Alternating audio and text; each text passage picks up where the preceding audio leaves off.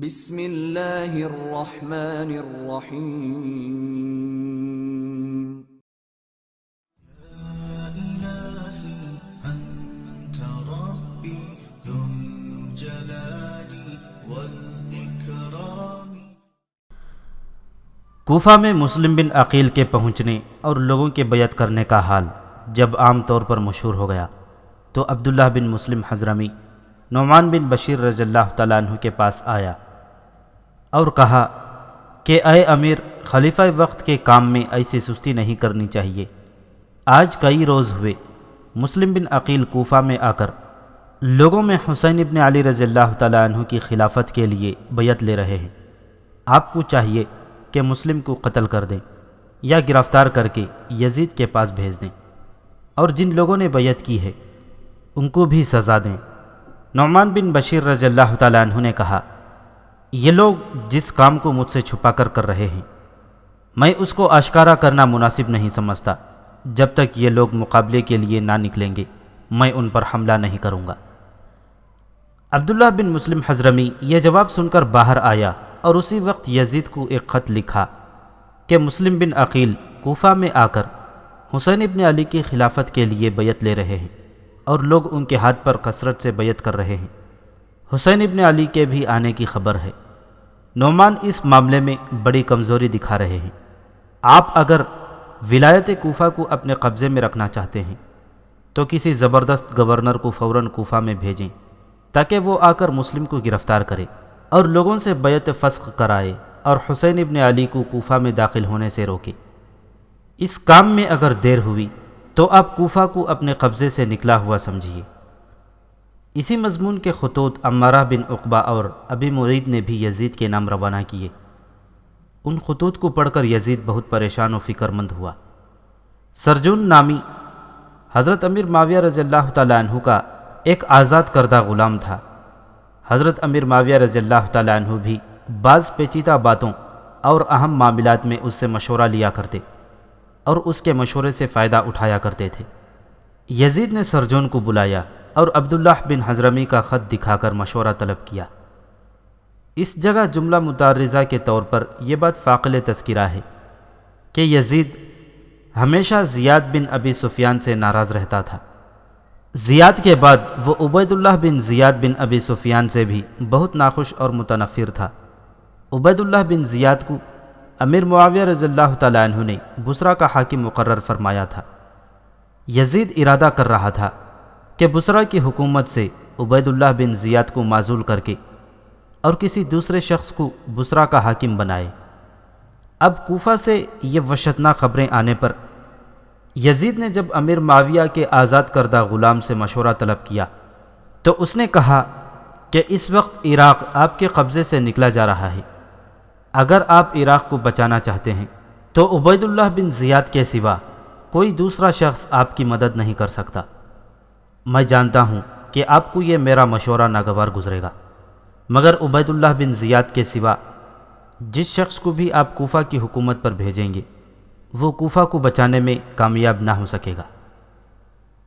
ساتھ ہی میرا مشورہ یہ بھی ہے کہ جس طرح امیر معاویہ رضی اللہ تعالیٰ عنہ نے عبید اللہ کے باپ زیاد کو بصرہ اور کوفہ دونوں ولایتوں کی حکومت سپرد کی تھی، اسی طرح آپ بھی عبید اللہ کو بصرہ اور کوفہ دونوں ولایتیں سپرد کر دیں۔ بصرہ کے لیے کسی دوسرے حاکم کو انتخاب کرنے کی ضرورت نہیں۔ یزید نے یہ سن کر تھوڑی دیر تأمل کیا، پھر فوراً عبید اللہ بن زیاد کے نام یہ حکم نامہ لکھا، ہم نے بصرہ کے ساتھ کوفہ کی ولایت بھی تم کو سپرد کی۔ اب تم کو چاہیے کہ اس حکم کے پہنچتے ہی بصرہ میں کسی کو اپنا نائب بنا کر چھوڑ دو اور خود بلا توقف کوفہ میں پہنچو۔ وہاں مسلم بن عقیل آئے ہوئے ہیں اور حسین کے لیے بیعت لے رہے ہیں، ان کو پکڑ کر قید یا قتل کر دو، اور جن لوگوں نے ان کی بیعت کی ہے ان کو بھی اگر وہ فسق بیعت سے انکار کریں تو تلوار کے گھاٹ اتار دو اور اس قسم کے ہر ایک خطرے کا بندوبست کر دو۔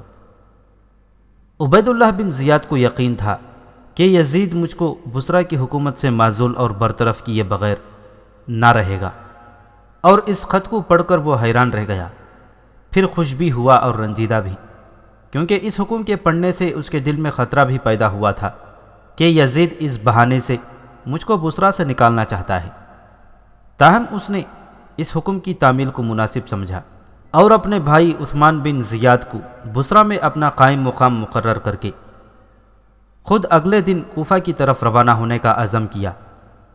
اتنے میں منظر بن حارث اس کے پاس دوڑتا ہوا آیا اور کہا کہ حسین ابن علی رضی اللہ تعالیٰ عنہ کی طرف سے ایک شخص آیا ہے اور آپ سے چھپا کر خفیہ طور پر لوگوں سے حسین کے لیے بیعت لے رہا ہے۔ عبید اللہ بن زیاد نے یہ سن کر اسی رات میں دھوکے سے حضرت حسین کے قاصد کو گرفتار کر لیا اور اگلے دن لوگوں کو جمع کر کے ایک تقریر کی، حسین ابن علی کا ایک قاصد بصرہ میں آیا ہے اور بہت سے لوگوں کے نام خطوط لایا ہے، میں نے اس قاصد کو گرفتار کر لیا ہے۔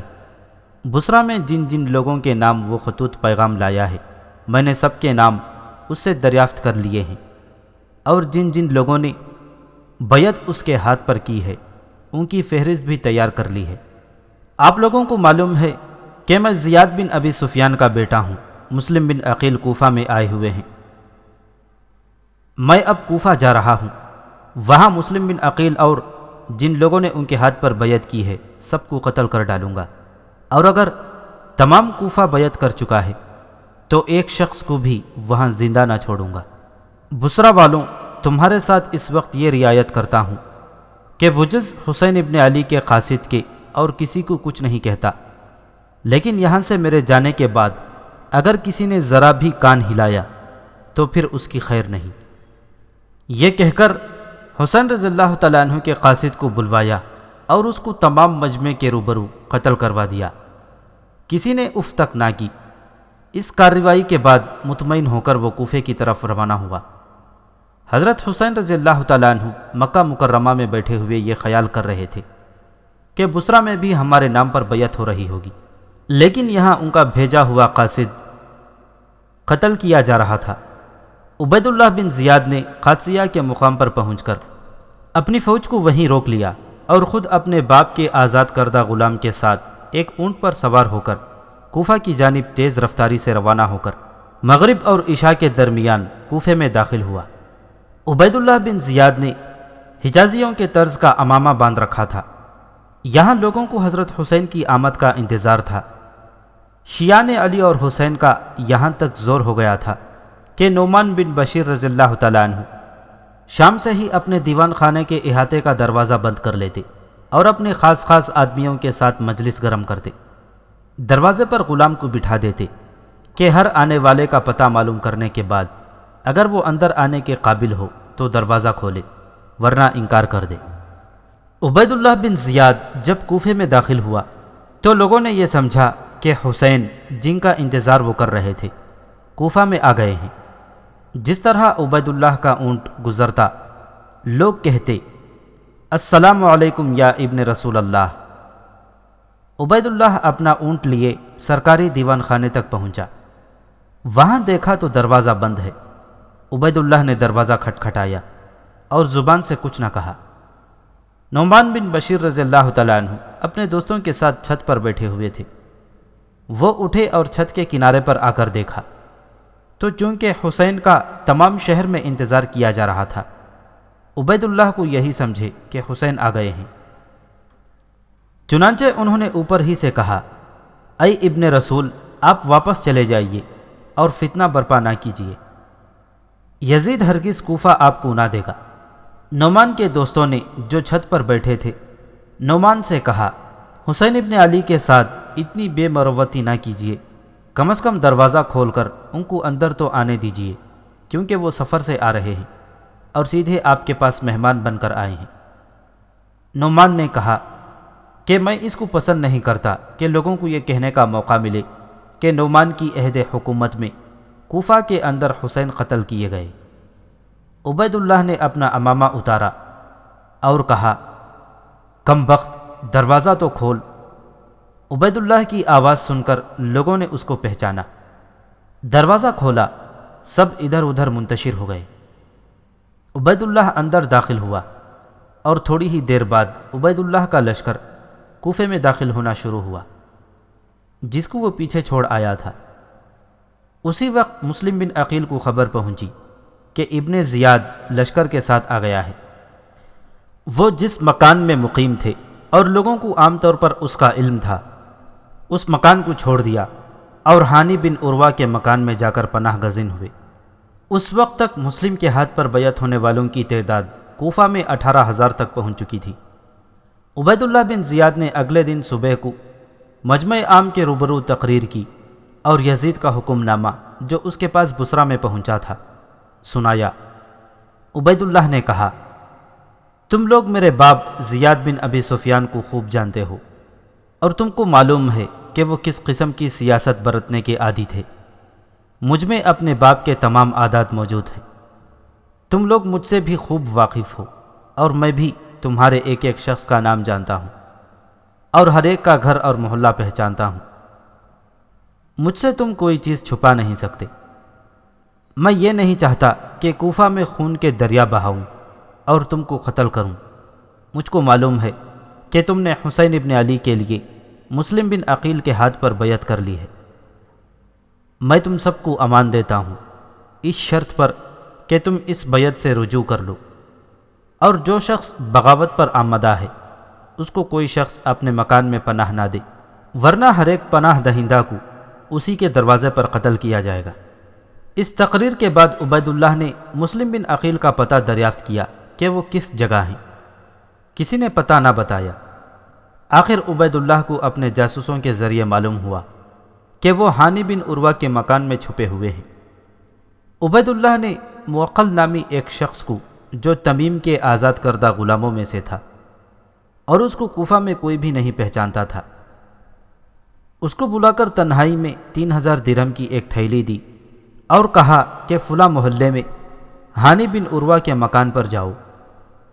جب ہانی بن عروہ سے ملاقات ہو جائے تو اس سے کہو کہ مجھ کو آپ سے تنہائی میں کچھ کہنا ہے۔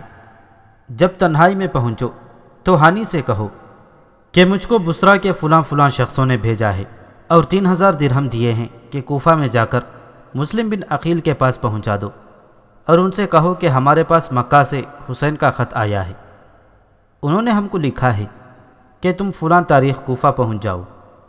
اسی تاریخ حسین بھی کوفہ میں پہنچیں گے۔ آپ بالکل مطمئن رہیں، ہم سب تاریخ مقررہ حسین کے ساتھ داخل ہوں گے۔ یہ 3,000 درہم اپنی ضروریات میں صرف کرو اور ہماری طرف سے بطور ہدیہ قبول کر لو۔ لہٰذا آپ مجھ کو مسلم بن عقیل کے پاس پہنچا دیجئے تاکہ میں تمام پیغامات اور یہ روپیہ ان کی خدمت میں پہنچا دوں اور فوراً کوفہ سے چلا جاؤں، کیونکہ عبید اللہ بن زیاد آ گیا ہے اور وہ مجھ کو پہچانتا بھی ہے۔ ایسا نہ ہو کہ میں گرفتار ہو جاؤں۔ موقل 3,000 درہم کی تھیلی لے کر ہانی کے پاس پہنچا۔ وہ مکان کے دروازے پر بیٹھا تھا۔ موقل کی باتیں سن کر فوراً مسلم بن عقیل کے پاس لے گئے۔ مسلم بن عقیل نے خوش ہو کر وہ تھیلی لے لی اور پیغامات سن کر موقل کو رخصت کر دیا۔ موقل وہاں سے چل کر سیدھا عبید اللہ کے پاس پہنچا اور کہا کہ میں تھیلی مسلم بن عقیل کو دے آیا ہوں اور خود ان سے باتیں کی ہیں۔ وہ ہانی کے مکان میں موجود ہیں۔ عبید اللہ بن زیاد نے ہانی بن عروہ کو بلا کر پوچھا کہ مسلم کہاں ہے؟ ہانی نے لا علمی بیان کی۔ عبید اللہ نے موقل کو بلوا کر سب کے سامنے ان کا بیان سنوایا۔ ہانی شرمندہ ہو کر کہنے لگا کہ ہاں، میرے پاس مسلم بن عقیل پناہ گزین تھے، لیکن میں اپنی یہ بے عزتی برداشت نہیں کر سکتا کہ اب ان کو آپ کے سپرد کر دوں۔ عبید اللہ نے ہانی کو وہیں گرفتار کر لیا۔ شہر میں یہ خبر مشہور ہوئی کہ ہانی کو عبید اللہ نے قتل کر دیا ہے۔ ہانی بن عروہ کی گھر کی عورتیں یہ سن کر رونے لگیں۔ مسلم بن عقیل نے جب یہ صورت دیکھی تو وہ ضبط نہ کر سکے اور فوراً شمشیر بدست ہانی کے گھر سے نکل کر ان لوگوں کو آواز دی جنہوں نے مسلم کے ہاتھ پر بیعت کی تھی۔ 18,000 میں سے صرف 4,000 آدمی ان کے گرد جمع ہوئے۔ مسلم نے باقیوں کو بھی بلایا، لیکن ہر ایک نے یہ جواب دیا کہ ہم سے تو بیعت کے وقت یہ اقرار لیا گیا ہے کہ جب تک حسین نہ آ جائیں کسی سے جنگ نہ کریں گے۔ ان کے آنے تک آپ کو بھی صبر کرنا چاہیے۔ مسلم بن عقیل چونکہ اب باہر آ چکے تھے، لہٰذا دوبارہ نہیں چھپ سکتے تھے۔ انہی 4000 آدمیوں کو لے کر مسلم بن عقیل نے عبید اللہ بن زیاد کا محاصرہ کیا۔ اس وقت عبید اللہ دارالامارہ میں 30-40 آدمیوں کے ساتھ تھا۔ ان 30-40 آدمیوں نے چھتوں پر چڑھ کر محاصرین پر تیروں کی بارش شروع کر دی۔ مسلم کے ہمراہیوں کو ان کے رشتہ داروں اور دوستوں نے آ کر سمجھانا شروع کیا کہ اپنے آپ کو کیوں ہلاکت میں ڈالتے ہو۔ غرض رفتہ رفتہ سب جدا ہو گئے اور مسلم بن عقیل کے ساتھ صرف 30-40 آدمی رہ گئے۔ اس واقعے کو تاریخ ابن خلدون میں اس طرح بیان کیا گیا ہے کہ جب مسلم بن عقیل کے کوفہ میں آنے تک کے حالات اور لوگوں کی بیعت کرنے اور نعمان بن بشیر کے خطبہ دینے تک کا حال یزید کو لکھ کر بھیجا، اور یہ بھی تحریر کیا کہ اگر تم کو کوفہ کی ضرورت ہے تو کسی طاقتور شخص کو مامور کرو جو تمہارے احکام کو استقلال و قوت کے ساتھ جاری اور تمہارے ملک کی حفاظت اور تمہارے دشمنوں کو زیر کر سکے۔ یزید نے سرجون رومی سے اس کے متعلق مشورہ طلب کیا۔ سرجون نے کہا، میں آپ سے امیر معاویہ کی رائے ظاہر کروں، کیا آپ اس پر عمل کرنا چاہتے ہیں؟ یزید نے کہا، ہاں۔ سرجون نے کہا، عبید اللہ بن زیاد کو کوفہ کی گورنری کی سند مرحمت کیجیے۔ امیر معاویہ کی یہی رائے تھی۔ اگرچہ یزید عبید اللہ بن زیاد سے ناراض تھا، لیکن سرجون کے کہنے سے عبید اللہ بن زیاد کو کوفہ کی گورنری دے کر اور سند گورنری مسلم بن عمرو کے ہاتھ روانہ کی، اور یہ بھی لکھا کہ مسلم بن عقیل کو گرفتار کر کے قتل کر ڈالنا یا ان کو شہر بدر کر دینا۔ اسی زمانے میں حسین ابن علی نے رؤسائے اہل بصرہ مالک بن سما، احنف بن قیس، منظر بن جارود، منظر ابن جارود، مسعود بن عمرو، قیس بن حیشم، عمرو بن عبید اللہ بن معمر وغیرہ کے پاس ایک خط روانہ کیا تھا، جس میں ان لوگوں کو کتاب اللہ اور سنت رسول اللہ صلی اللہ علیہ وسلم کی دعوت دی تھی، اور یہ بھی لکھا تھا، آپ لوگ دیکھ رہے ہیں کہ رسول اللہ صلی اللہ علیہ وسلم کی سنت مٹ رہی ہے اور بدعات پھیلائے جا رہی ہیں۔ میں تمہیں دعوت دیتا ہوں کہ کتاب اللہ اور سنت رسول اللہ کی حفاظت کرو اور اس کے احکام کی تنفیذ کرنے کی کوشش کرو۔ یہ خط خفیہ بھیجا گیا تھا، اور تو سب نے اس خط کو راز میں رکھا، لیکن منظر بن جارود کو یہ خیال ہوا کہ کہیں ایسا نہ ہو کہ یہ خط لانے والا خود ابن زیاد کا جاسوس ہو، اس لیے اس نے یہ خط ابن زیاد کو پہنچا دیا، اور جو شخص یہ خط لے کر آیا تھا اس کو بھی ابن زیاد کے سامنے پیش کر دیا۔ ابن زیاد نے اس قاصد کو قتل کر ڈالا اور اس کے بعد اہل بصرہ کو جمع کر کے ایک خطبہ دیا، جس میں کہا، جو شخص میری مخالفت کرے میں اس کے لیے ایک عذاب علیم ہوں، اور جو موافقت کرے اس کے لیے راحت ہوں۔ مجھے امیر المؤمنین نے کوفہ جانے کا حکم دیا ہے، میں صبح وہاں جا رہا ہوں اور اپنے بھائی عثمان بن زیاد کو بصرہ میں اپنا قائم مقام بناتا ہوں۔ میں تمہیں متنبہ کر دینا چاہتا ہوں کہ اس کے حکم کی مخالفت کا دھیان کبھی دل میں نہ لانا، اور اگر مجھے کسی شخص کے متعلق مخالفت کی خبر ملی تو میں اس کو بھی قتل کر دوں گا، اور اس کے ولی کو بھی، اور اس کے خاندان کے عریف یعنی لیڈر کو بھی۔ تم مجھے جانتے ہو، میں ابن زیاد ہوں۔ خطبے سے فارغ ہو کر مسلم بن عمرو باہلی اور شریک بن العور حارثی اور اپنے خاندان والوں کو لے کر کوفہ کی طرف روانہ ہوا۔ راستے میں شریک وغیرہ سے علیحدہ ہو گیا، تنہا عبید اللہ بن زیاد کوفے میں داخل ہوا۔ جن لوگوں کی طرف گزرتا تھا وہ لوگ ابن زیاد کو حسین ابن علی سمجھ کر اٹھ کھڑے ہوتے تھے اور جوش مسرت سے کہتے تھے، مرحبا یا ابن رسول اللہ، لیکن ابن زیاد اس کا کچھ جواب نہ دیتا تھا، چپ چاپ چلا جا رہا تھا۔ رفتہ رفتہ نعمان بن بشیر تک پہنچا۔ اس کے پیچھے پیچھے لوگوں کی کثیر تعداد خوشی کے نعرے بلند کرتے جا رہے تھے۔ نعمان نے ابن زیاد کو حسین ابن علی سمجھ کر دروازہ بند کر لیا اور اندر سے چلا کر کہا، تم کو میں خدا کی قسم دیتا ہوں تم میری طرف مائل نہ ہو، میں اپنی امانت، اپنا مال تمہاری جنگی ضرورت کو نہ دوں گا۔ عبید اللہ بن زیاد نے دروازے کے قریب جا کر کہا، دروازہ کھول دو ورنہ کھولا جائے گا۔ ایک شخص جو اس کے پیچھے کھڑا ہوا تھا آواز پہچان کر بولا، یہ تو ابن مرجانہ ہے۔ لوگ یہ سنتے ہی بھاگ کھڑے ہوئے۔ عبید اللہ بن زیاد دارالامارہ میں داخل ہوا۔ صبح ہوتے ہی ممبر پر گیا اور خطبہ دیا، اہل کوفہ، امیر المؤمنین نے تمہارے شہر اور احکام شرعی اور مال غنیمت اور بیت المال کا مجھے والی مقرر کیا ہے، اور مجھے تمہارے مظلوموں کی داد درسی، تمہارے محروموں کو دینے، تمہارے فرمان برداروں کے ساتھ احسان کرنے، تمہارے نافرمانوں اور باغیوں کو گرفتار کرنے کا حکم دیا ہے۔ میں بے شک تم پر اس کے احکام جاری کروں گا۔ میں تم پر تمہارے والد سے زیادہ مہربان ہوں گا، اور تمہارے شفیق بھائی سے بڑھ کر تمہاری اطاعت کروں گا، لیکن جو شخص میرے حکم کی مخالفت کرے گا اس کی گردن و پیٹھ پر میری تلوار اور درہ ہوگا۔ اتنا کہہ کر ممبر سے اترا اور واقف کاروں اور رؤسائے شہر کو مخاطب ہو کر کہا، لوگوں، امیر المؤمنین کے ہم خواہوں اور ان کی لوگوں کی تعداد صحیح صحیح ظاہر کرو جن کے دلوں میں اختلاف و بغاوت کا مادہ بھرا ہوا ہو۔ پس جو شخص صاف صاف لکھ دے گا وہ بری ہے، اور جو شخص نہ لکھے گا وہ اس کا ذمہ دار سمجھا جائے گا۔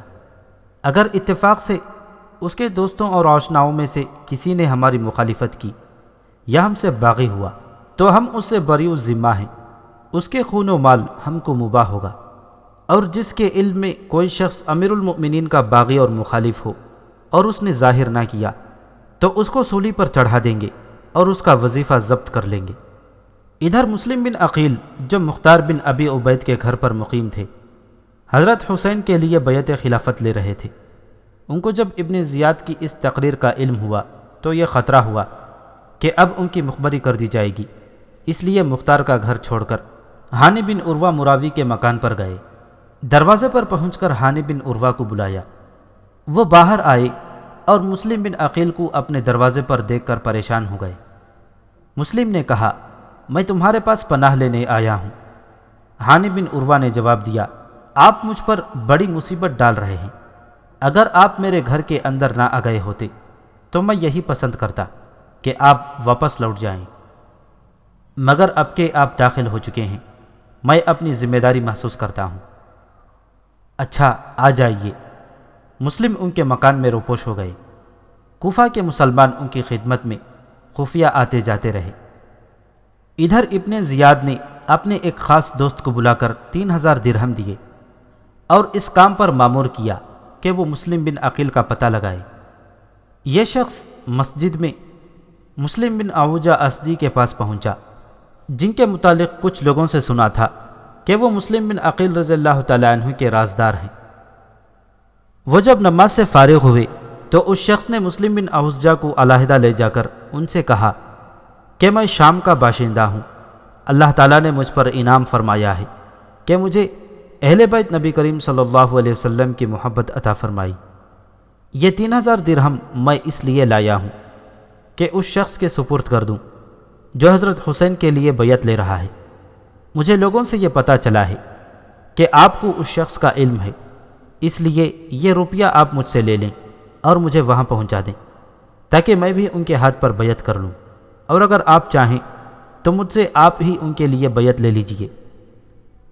مسلم بن عوجہ نے کہا، مجھے آپ کی ملاقات سے خوشی ہوئی، آپ کی مراد انشاءاللہ پوری ہوگی، اور شاید اللہ تعالیٰ آپ کے ذریعے اہل بیت اطہار کی مدد فرمائے، مگر مجھے اس سے بڑا خطرہ ہو گیا کہ لوگوں میں میرا نام ابھی سے مشہور ہو گیا۔ بہرحال مسلم بن عوجہ نے اس شخص سے حلف اور عہد لیا کہ راز فاش نہ کرے۔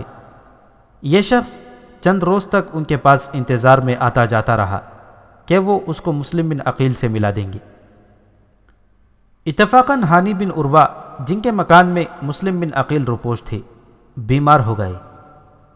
عبید اللہ ابن زیاد بیماری کی خبر پا کر عیادت کے لیے ان کے گھر پہنچا۔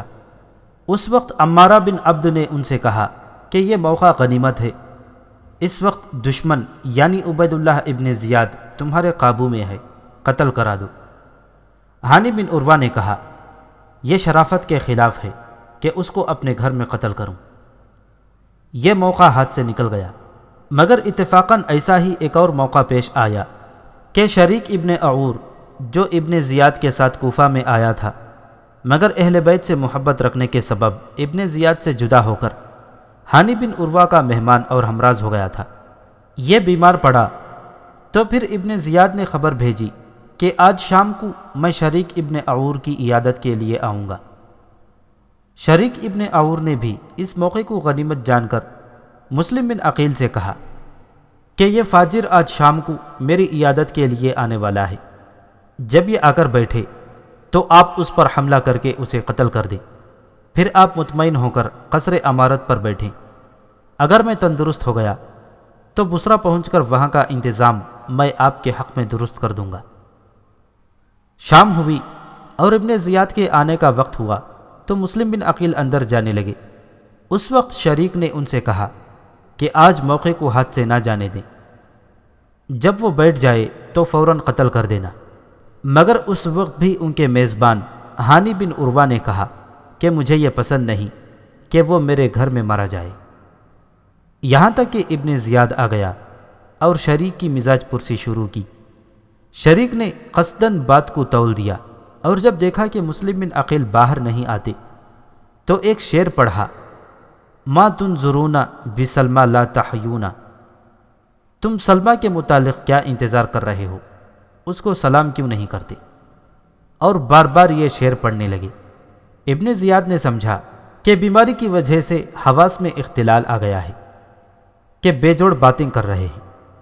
ہانی بن عروہ سے پوچھا، انہوں نے کہا، جی ہاں، اس بیماری میں اس کا یہی حال ہے کہ کبھی کبھی ہذیان کی باتیں کرنے لگتے ہیں۔ ابن زیاد کے ساتھ مہران بھی آیا تھا، وہ سمجھ گیا اور ابن زیاد کو اشارہ کیا تو وہ فوراً اٹھ کر جانے لگا۔ ابن زیاد کے جانے کے بعد مسلم بن عقیل باہر آئے تو شریک نے پوچھا، آپ نے یہ موقع کیوں گوا دیا اور اس شخص کے قتل کے لیے آپ کے لیے کیا معنی تھا؟ مسلم بن عقیل رضی اللہ تعالیٰ عنہ نے فرمایا، دو خصلتیں معنی ہو گئیں۔ اول تو یہ کہ میں جس شخص کے گھر میں مہمان ہوں اور پناہ گزین ہوں وہ اس کو پسند نہیں کرتے۔ دوسرے ایک حدیث جو حضرت علی کرم اللہ وجہہ نے مجھے سنائی کہ رسول اللہ صلی اللہ علیہ وسلم نے فرمایا کہ ایمان ہیلے کے ساتھ اچانک قتل کرنے سے منع فرماتا ہے۔ کسی مومن کو جائز نہیں کہ مومن کو ہلا کر کے اچانک قتل کر دے۔ یہاں یہ بات قابل ملاحظہ ہے کہ مسلم بن عقیل کو اپنی موت سامنے نظر آ رہی ہے، اور نہ صرف اپنی موت بلکہ اپنے پورے خاندان اور اہل بیت کی موت اور اس کے ساتھ ایک صحیح اسلامی مقصد کی ناکامی دیکھ رہے ہیں، اور جس شخص کے ہاتھوں یہ سب کچھ ہونے والا ہے اور اس طرح ان کے قابو میں ہے کہ بیٹھے بیٹھے اسے ختم کر سکتے ہیں، مگر اہل حق اور خصوصاً ایک اہل بیت اطہار کا جوہر شرافت اور تقاضائے اتباع سنت دیکھنے اور یاد رکھنے کے قابل ہے کہ اس وقت بھی ان کا ہاتھ نہیں اٹھتا۔ یہی اہل حق کی علامت ہے کہ وہ اپنی ہر حرکت و سکون اور ہر قدم پر سب سے پہلے یہ دیکھتے ہیں کہ اللہ تعالیٰ اور اس کے رسول صلی اللہ علیہ وسلم کے نزدیک ہمارا یہ قدم صحیح ہے یا نہیں، اور اگر کتاب و سنت سے یا تقاضائے شرافت سے ان کی اجازت نظر نہیں آتی تو اپنا سب کچھ قربان کرنے اور مقصد کو نظر انداز کرنے کے لیے تیار ہو جاتے ہیں۔ اس کے بعد شریک تو اسی بیماری میں 3 روز کے بعد انتقال کر گئے۔ اب جس شخص کو ابن زیاد نے 3000 روپے دے کر مسلم بن عقیل کے پیچھے لگا دیا تھا اور وہ مسلم بن اوسجا کے پاس برابر آمد و رفت رکھتا تھا، بالآخر ایک روز مسلم بن اوسجا نے اس کو مسلم بن عقیل سے ملا دیا۔ اس نے جا کر مسلم بن عقیل کے ہاتھ پر حضرت حسین کے لیے بیعت کی اور 3000 درہم ان کو دے دیے، اور اب روزانہ ان کے پاس آنے جانے لگا، اور اس راستے مسلم بن عقیل کی ہر نقل و حرکت اور تمام راز ابن زیاد کے پاس پہنچنے لگے۔ اب جب کہ ابن زیاد پر پوری طرح راز فاش ہو گیا اور معلوم ہو گیا کہ ہانی بن عروہ نے مسلم کو پناہ دے رکھی ہے تو اس کو ہانی کی فکر ہوئی۔ لوگوں نے کہا کہ یہ بات ہے کہ بہت دنوں سے ہانی بن عروہ ہم سے ملے نہیں۔ لوگوں نے بیماری کا عذر بتایا، مگر اس کو تو گھر کے بھیدی نے سب کچھ بتا رکھا تھا۔ اس نے کہا، نہیں، ایسا نہیں ہے، وہ مرض سے اچھے ہو چکے ہیں، گھر کے دروازے پر پہرے کے لیے بیٹھے رہتے ہیں۔ آپ لوگ جاؤ اور اس کو سمجھاؤ وہ اپنی ذمہ داریوں کو سمجھیں اور ہمارے پاس آئیں۔ یہ لوگ ہانی کے پاس پہنچے، حالات کی نزاکت بتلا کر کہا کہ آپ ہمارے ساتھ چلیے۔ ہانی نے اپنے آپ کو مجبور پایا، ان کے ساتھ چلنے کے لیے سوار ہو گئے۔ جب قصر عمارت کے قریب پہنچے تو ان کو احساس ہوا کہ آج میرے لیے خیر نہیں۔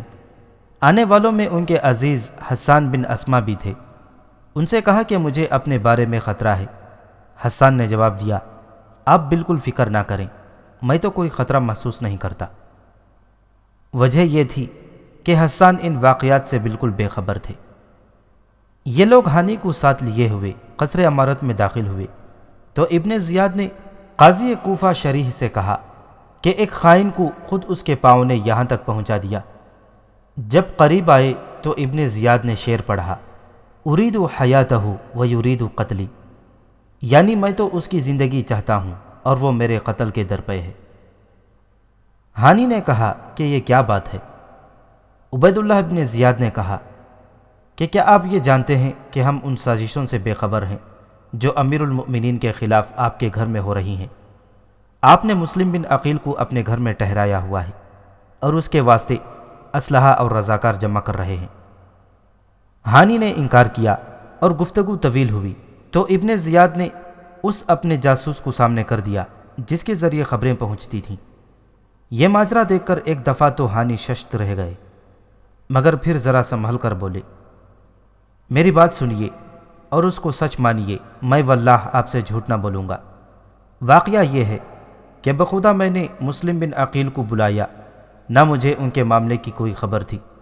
اچانک ان کو اپنے دروازے پر بیٹھا ہوا دیکھا اور مجھ سے میرے گھر مہمان ہونے کے لیے کہا۔ مجھے ان کی بات رد کرنے سے حیا مانے ہوئی اور اس کی وجہ سے مجھ پر بہت سی ذمہ داریاں عائد ہو گئیں۔ میں نے مجبور ہو کر اپنے گھر میں داخل کیا اور مہمان بنا لیا، اور اگر اب آپ مجھ پر اطمینان کریں تو میں اپنے گھر جاؤں اور ان کو اپنے گھر سے نکال دوں اور آپ کے پاس آ جاؤں۔ عبید اللہ ابن زیاد نے کہا، خدا کی قسم آپ مجھ سے اس وقت تک جدا نہیں ہو سکتے جب تک مسلم بن عقیل کو میرے سپرد نہ کر دیں۔ ہانی نے کہا، میں ہرگز ایسا نہیں کر سکتا کہ اپنے مہمان کو تمہارے سپرد کر دوں اور تم اسے قتل کر دو۔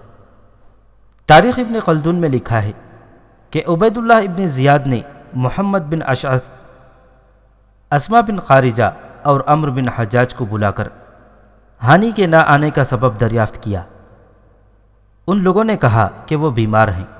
ابن زیاد نے بولا، کیا خوب، مجھے یہ خبر پہنچی ہے کہ وہ اچھا ہو گیا ہے اور روزانہ گھر سے نکل کر دروازے پر بیٹھا کرتا ہے۔ جاؤ اس کو میرے پاس بلا لاؤ۔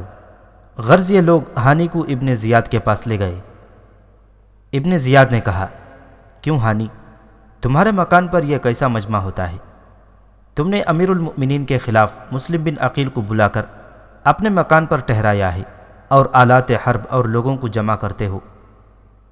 تم یہ سمجھتے تھے کہ یہ بات پوشیدہ رہے گی؟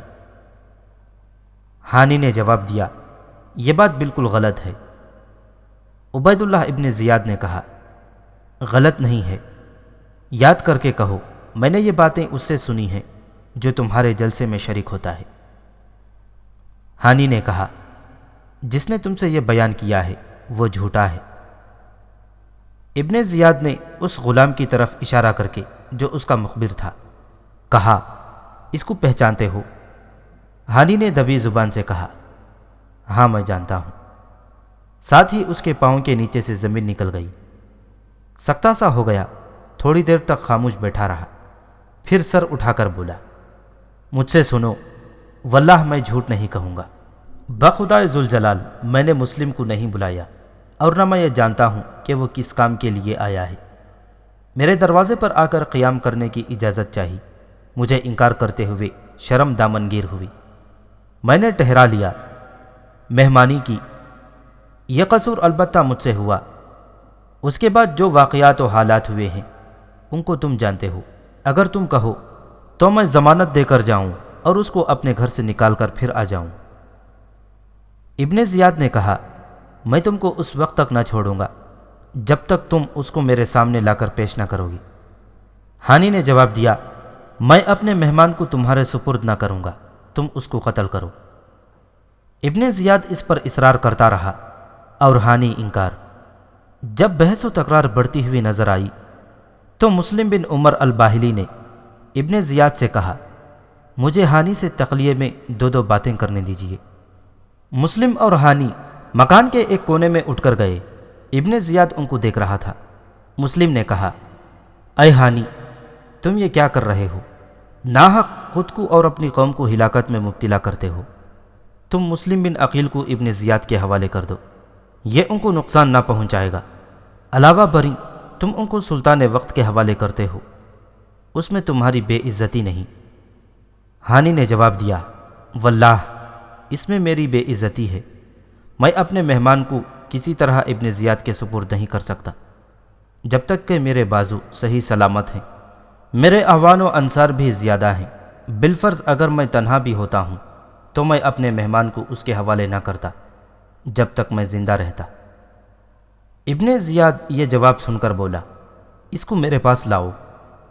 ہانی قریب لایا گیا تو اس سے مخاطب ہو کر کہا، اے ہانی، تم مسلم کو میرے حوالے کر دو ورنہ تمہاری گردن مار دی جائے گی۔ ہانی نے خشونت کے لہجے میں جواب دیا، اگر ایسا ہوگا تو تیرے مکان کے ارد گرد ہزاروں کا ہجوم ہوگا اور تو دیکھ لے گا کہ میرے اعزاز و اقارب تجھ کو اس فعل سے باز رکھیں گے۔ ابن زیاد نے اس سخت جواب پر جھلا کر ہانی کو قید کر دیا۔ بعض کا بیان ہے کہ ہانی کے اس جواب پر اس نے اس قدر قمچیاں ماری کہ اس کی ناک ٹوٹ گئی، چہرے کا گوشت کٹ کر داڑھی پر لٹک گیا، لیکن جب مارتے مارتے قمچی ٹوٹ گئی تو اس کو ایک تنگ و تاریک مکان میں قید کر دیا۔ اسما بن خارجہ نے اٹھ کر کہا، اے بد عہد، تو نے ہمارے ذریعے سے ہانی کو بلوایا، جب ہم اس کو لے آئے تو نے اس کو اس قدر مارا کہ خون رواں ہو گیا۔ کیا تیرا یہ خیال ہے کہ تو اس کو قتل کر ڈالے گا؟ ابن زیاد نے اپنے غلاموں کو اشارہ کیا، انہوں نے ان کی بھی تھوڑی مرمت کر دی۔ وہ ٹھنڈے ہو کر بیٹھے رہے۔ رفتہ رفتہ عمرو بن حجاج تک یہ خبر پہنچی کہ ہانی کو مار ڈالا گیا ہے۔ جوش میں آ کر مزہج کو لے کر دارالامارت کا محاصرہ کر لیا اور بلند آواز سے کہا، ہم عمرو بن حجاج ہیں اور یہ سواران مزہج اور ان کے سردار، ہم نے اطاعت امیر المؤمنین سے انحراف کیا ہے اور نہ کوئی اپنی جماعت بنائی ہے۔ ابن زیاد نے گھبرا کر شریح قاضی سے کہا، آپ ذرا ان کے دوست ہانی کے پاس تشریف لے جائیے اور ان کو دیکھ کر ان لوگوں سے کہہ دیجئے کہ وہ زندہ ہے۔ چنانچہ شریح قاضی نے ایسا ہی کیا اور وہ لوگ یہ سن کر کہ ہانی زندہ ہے واپس لوٹ گئے۔ ہانی بن عروہ کے متعلق شہادت کی خبر اور اس کے خلاف قبیلہ مزہج کے ہنگامہ اور ابن زیاد کی قصر کے محاصرے کی اطلاع جب مسلم بن عقیل رضی اللہ تعالیٰ عنہ کو ملی تو وہ بھی مقابلے کے لیے تیار ہو کر نکلے، اور جن 18,000 مسلمانوں نے ان کے ہاتھ پر بیعت کی تھی ان کو جمع کیا۔ 4,000 آدمی جمع ہو گئے اور جمع ہوتے جا رہے تھے۔ یہ لشکر ابن زیاد کی قصر امارت کی طرف بڑھا تو ابن زیاد نے قصر کے دروازوں کو مفقل کر دیا۔ مسلم اور ان کے ساتھیوں نے قصر امارت کا محاصرہ کر لیا۔ مسجد اور بازار ان لوگوں سے بھر گیا جو ابن زیاد کے مقابلے پر آئے تھے، اور شام تک اس میں اضافہ ہوتا رہا۔ ابن زیاد کے ساتھ قصر امارت میں صرف 30 سپاہی اور کچھ خاندان کے سادات تھے۔ ابن زیاد نے ان لوگوں میں سے چند ایسے لوگوں کو منتخب کیا جن کا اثر و رسوخ ان قبائل پر تھا جو مسلم بن عقیل کے ساتھ محاصرہ کیے ہوئے تھے، اور ان سے کہا کہ تم باہر جا کر اپنے اپنے حلقہ اثر کے لوگوں کو مسلم بن عقیل کا ساتھ دینے سے روکو، مال و حکومت کا لالچ دلا کر یا حکومت کی سزا کا خوف دلا کر، جس طرح بھی ممکن ہو ان کو مسلم سے جدا کر دو۔ ادھر سادات کو حکم دیا کہ تم لوگ قصر کی چھت پر چڑھ کر لوگوں کو اس بغاوت سے روکو اور اسی خوف و طمع کے ذریعے ان کو محاصرے سے واپس جانے کی تلقین کرو۔ جب لوگوں نے اپنے سادات کی زبانی یہ باتیں سنی تو متفرق ہونا شروع ہو گئے۔ عورتیں اپنے بیٹوں بھائیوں کو محاذ سے واپس بلانے کے لیے آنے لگیں، یہاں تک کہ مسجد میں مسلم بن عقیل کے ساتھ صرف 30 آدمی باقی رہ گئے۔ یہ صورتحال دیکھ کر مسلم بھی یہاں سے واپس ابواب کندہ کی طرف چلے۔ جب وہ دروازے پر پہنچے تو دیکھا کہ ان کے ساتھ ایک بھی آدمی نہ رہا۔